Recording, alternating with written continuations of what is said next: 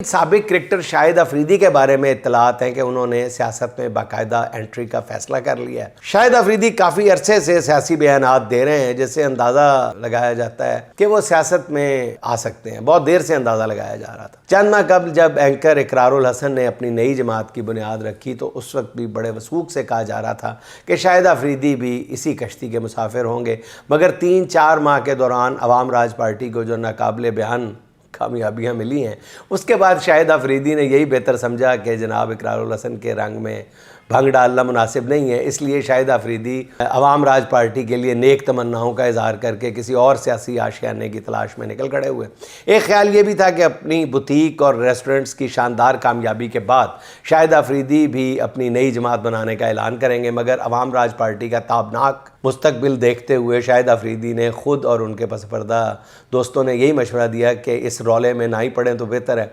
जिस पर बताया जा रहा है कि शाहिद अफरीदी ने फ़ैसला किया है कि वो अपना सियासी सफ़र मौलाना फजल रहमान जैसे ज़ीरक सियासतदान की पार्टी से शुरू करें। इस हवाले से चंद रोज़ पहले शाहिद अफरीदी ने मौलाना के दर दौलत पर हाज़िरी भी दी है, जिसमें बताया गया है कि शाहिद अफरीदी की JUI में शमूलियत के मामलात तकरीबन तय पा गए हैं और ये भी कहा जा रहा है कि शाहिद अफरीदी के लिए सेनेट में पहुंचने की राह हमवार की जा रही है। बहरहाल ये इत्तेहाद मुबारक हो मोमिनों को, सब मुसलमानों को,